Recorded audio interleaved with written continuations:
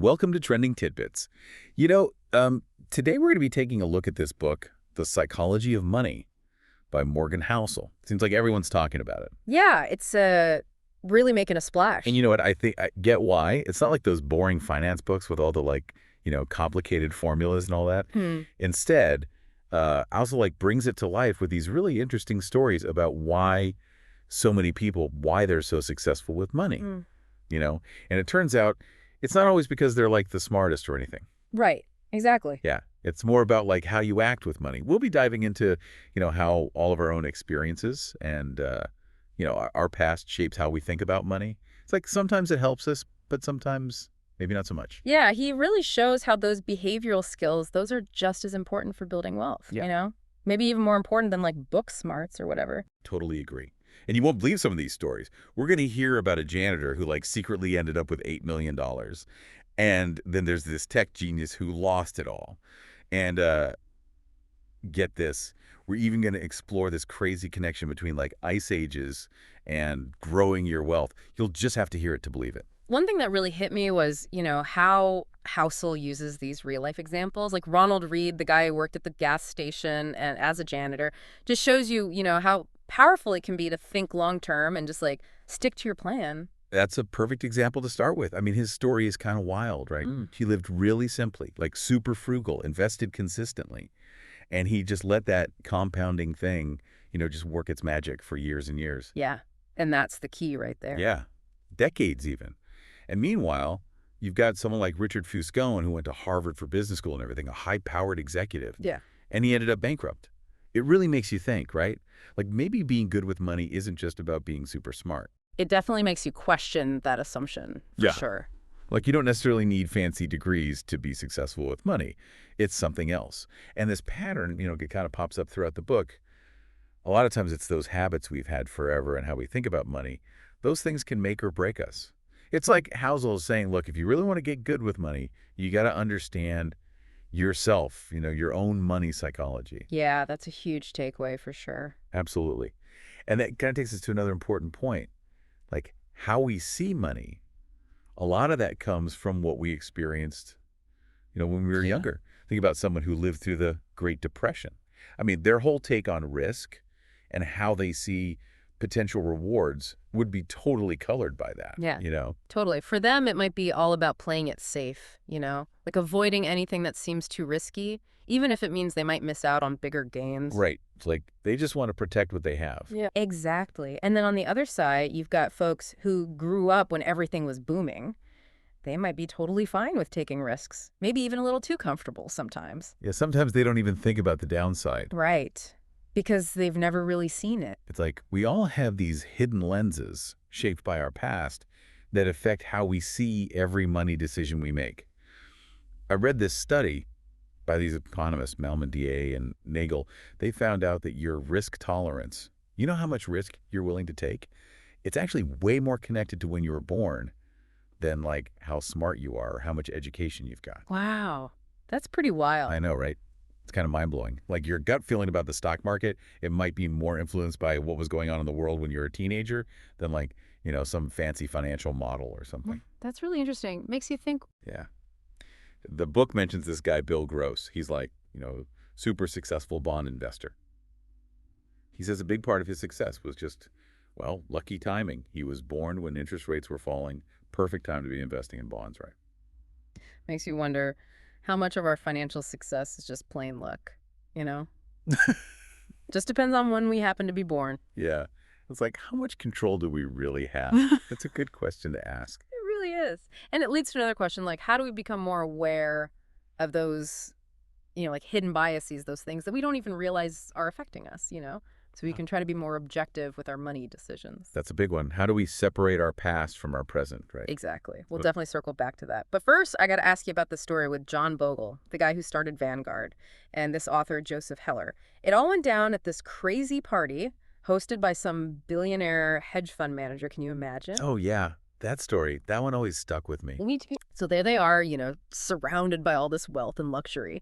And Heller just drops this super simple but really profound line. And he says to Bogle, I have something talking about the billionaire, will never have enough just hits you right in the gut, you know? Yeah. It's like, it reminds us that real wealth, it's not about having more, more, more. It's about being content with what you've got. That's so true. It's so easy to get caught up in that whole comparison game, Mm. especially with money.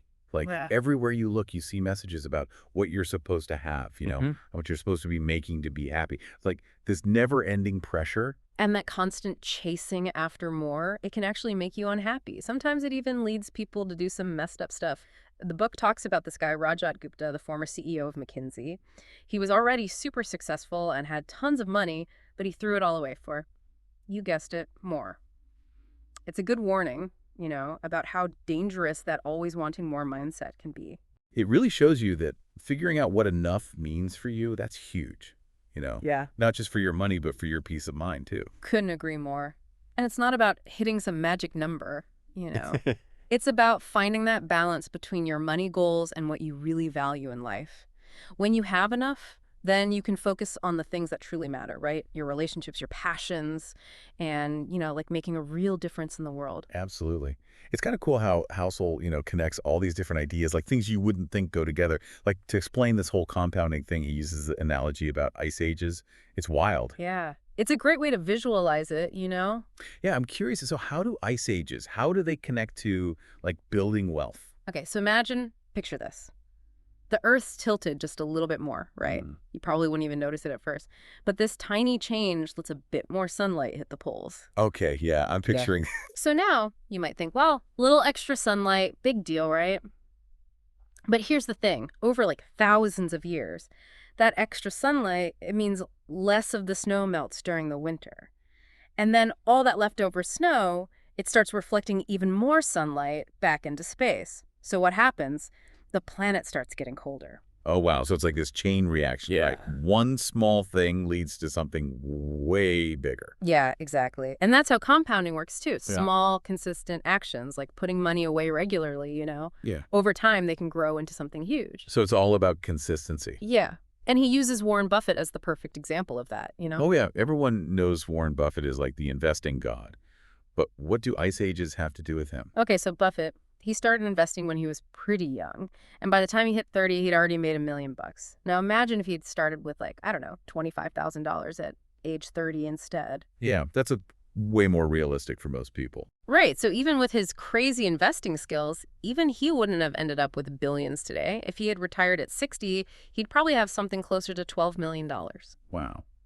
So you're saying, like, it's not just about being a good investor, it's about the time, too. Exactly. It's that long game that makes the difference. Time lets those small, steady investments grow and grow, like those slow-growing oak trees, but then they end up massive. So patience is key. Totally. And speaking of things that are important over time, another big part of financial success is just plain surviving. Surviving, you mean like making sure you don't lose it all if the market crashes? Well, that's part of it for sure. But what Housel is saying is that a big part of Buffett's success wasn't just the stuff he did do, it was also the stuff he didn't do. Like he stayed away from too much debt, he didn't freak out and sell everything when the market dipped, and he kept a good reputation, so people trusted him. So it's like not making those big mistakes that can really wipe you out. Exactly. It's like building a strong foundation so you can weather any storm. He talks about this idea of a margin of safety. It's like having that extra cushion to deal with unexpected costs or if the market takes a dive. I like that, a margin of safety. So what would that look like, in real life? Okay, so think of it like having extra savings or maybe not taking on as much debt as you could. That extra space, it gives you peace of mind and it lets you stick to your long-term plan, even when things get a little shaky. Makes sense. It's like having that buffer so that even if you hit a bump in the road, you don't like totally go off track. Exactly. And that actually connects to another point Housel makes. Growth usually comes with some ups and downs, some setbacks along the way. He uses this story of Heinz Berggruen, this art dealer, to illustrate this point. Okay, what's so special about this art guy? So Berggruen, he knew that a lot of the art he bought was going to lose value, but his whole strategy wasn't about never losing money. He was looking for those few pieces, those masterpieces that were going to skyrocket in value over time. That sounds risky. Like, wasn't he worried about all those other pieces that lost money? He accepted it as part of the process. He knew that, just like with investing, success in art dealing is often all about a few tail events. These big, rare moments that totally change the game. Ah, So it's like finding those hidden gems, even if it means you have to sort through a lot of, not so great stuff along the way. Exactly. You know how venture capitalists are always betting on startups? They're totally fine if a bunch of them fail as long as one or two become huge successes. Same idea here. So it's about being okay with some losses as long as you have those big wins that make up for it. Right. And that leads us to another important point. Usually, when there's a lot of growth, there are also going to be some setbacks and failures. It's totally normal, part of the journey. So it's not always going to be smooth sailing, huh? Nope. More like a roller coaster ride with its ups and downs. Housel brings up Carl Cummo, that film studio. They made huge movies like Terminator 2, but then they went bankrupt. Wait, Terminator 2, that studio went bankrupt. How is that even possible? They had some massive hits, but it wasn't enough to keep them going in the long run. It just goes to show, even when you're in a field with huge potential, you got to be prepared for those bumps along the way. So it's about learning to deal with those ups and downs, knowing that they're normal, and not giving up when things get tough. Exactly. Success is rarely a straight line. There are always twists and turns and unexpected stuff happening. Okay, so we've covered ice ages, oak trees, art dealing, and even Terminator 2. I gotta say, I love how Housel connects all these different ideas together. What else does he talk about? Well, next we're going to dive into this idea that trying to be perfectly rational when you're making money decisions, sometimes that can actually backfire. Housel says it's often better to just be reasonable. Oh, interesting. That's kind of the opposite of what most people say, right? Tell me more about that. Okay, so you were saying that being like super rational with money isn't always the best way to go. Right. Housel uses this example of Harry Markowitz, this brilliant economist. He actually won a Nobel Prize for figuring out this whole system for portfolio allocation. Oh, wow. So he basically like cracked the code on how to invest perfectly. Pretty much, yeah. But here's the funny thing. Markowitz himself admitted he didn't even use his own formula for his own money. Really? That doesn't make sense. Why wouldn't he follow his own advice if it's like the best way to invest? He said it was just way too complicated, like too much to actually put into practice in his own life. It's a good example of how sometimes overthinking things can make it harder to actually make a decision. So even a genius can get overwhelmed by too much information, huh? Like sometimes simple is better? Exactly. Housel's point is that it's usually better to just be reasonable rather than aiming for perfect rationality with your money. It's about finding a strategy you get, and that you actually believe in. Something you can stick with, even if it's not perfectly optimized on paper. I get that. Like if you're always trying to figure out the absolute best move, you're going to get burned out, and then you're less likely to stick to any plan at all. Totally. Housel even talks about loving your investments, not like getting emotionally attached to specific stocks or whatever, but having that deep understanding of your overall approach, really believing in it. That makes sense. Like if you're always second guessing yourself or jumping on the next hot stock tip, you're probably going to make some impulsive choices that could hurt you in the long run. Totally. He argues that if you really trust your investment approach, you're going to be able to ride out those dips in the market. And that's key for long-term success. You got to be able to handle those rough patches without panicking and making rash decisions. It's like having the confidence to stick with the plan even when things get a little scary. Right. Which leads us to another interesting point. Housel warns about getting too caught up in stories, especially in finance. People naturally want explanations for everything. They want to know what's going to happen, even when that's just not possible. Yeah.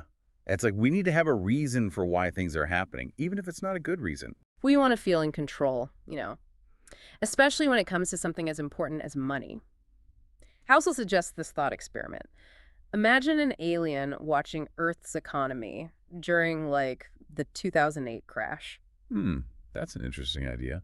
What would this alien see? So the alien would see all this progress happening, new technology, people innovating, just like life going on. But at the same time, everyone's freaking out about the economy and the markets are tanking. So the alien would be like, wait a minute, what's the big deal? Yeah. They wouldn't understand all the emotional narratives that were driving human behavior. It's like we create these stories to try to make sense of things, but sometimes they can lead us in the wrong direction, even if they sound good.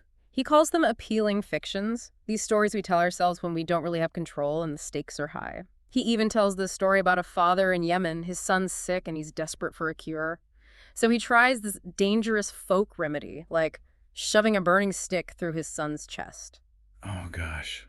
That's awful. Yeah. But I guess when you're that desperate, you'll try anything. Right. It shows how our emotions can really mess with our judgment, especially in tough situations. And you see these appealing fictions in the financial world all the time. They lead people to make decisions that later they're like, what was I thinking?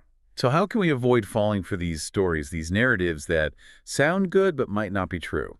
Housel says we need to be aware of the stories we're telling ourselves and really question them. Like, is this based on real facts or am I just hoping it's true? Being a little skeptical can't hurt, especially with money decisions. Exactly. Okay, let's switch gears for a minute and talk about another important distinction Housel makes: being rich versus being wealthy. Hmm. Yeah, aren't those basically the same thing? Not according to Housel. He says being rich is about spending, having a fancy lifestyle, lots of stuff. But being wealthy is about what you don't spend. It's about having a high savings rate, being financially secure, and having the freedom to do what you want without worrying about money. So it's more about building a solid foundation than just looking rich. Totally. He makes this analogy to energy efficiency. Like, you can increase your energy wealth by using less energy. Same with money. You increase your financial wealth by saving more. So it's focusing on what you can control, like your spending and saving habits, instead of trying to get lucky with investments. Exactly. And it shows that wealth is really about your own needs and wants. Someone who doesn't need a lot to be happy can be way wealthier than someone who makes tons of money but spends it all. It's about figuring out what's truly important to you and aligning your money choices with that, not with what other people think you should be doing. Yeah. Okay, last thing. Let's talk about volatility. This is a big one for a lot of investors, those ups and downs of the market. Yeah, those can be pretty scary. It can be. But Housel has a good way to think about it. He says, think of volatility like a fee, not a fine. A fee. What do you mean? Okay, think about it like this. When you go to Disneyland, you got to pay to get in, right? But you're fine with that fee because you're getting something awesome in return, a fun day with your family. Okay, so you're paying for an experience. Exactly. And that's how he says we should see market volatility. It's like the price of admission for getting those potentially higher returns over time. You're paying a fee to be part of the market's growth. So when the market drops, it's not like you're being punished for doing something wrong. Yeah. It's just the cost of doing business. Right. It's a small change in how you think, but it can really help you deal with those ups and downs. All right. So as we wrap up our dive into the psychology of money, I want to leave you with one of Housel's most important messages. Okay, what's that? He says that nobody's crazy. We all make money decisions that make sense to us at the time based on our own experiences and how we see the world. So what might seem totally irrational to one person could make perfect sense to someone else. Exactly. It's all about understanding where people are coming from, Yeah. Financial advice shouldn't be one size fits all. It should be personalized. It sounds like this psychology of money is about a lot more than just, personal finance tips and tricks. Oh, absolutely. It's about understanding ourselves, what drives us, and the stories we tell ourselves about money. It's about remembering that being successful with money, it's a journey, not a destination. And everyone's journey is going to be different. That's a great way to put it. This has been such an insightful look at the psychology of money. Thanks for joining us on Trending Tidbits. It's been a pleasure. And as you go about your day, think about this. How much of your own money decisions come from your own personal history and how you see the world? Understanding those things can really help you make better choices with your money, choices that feel good and make sense for you.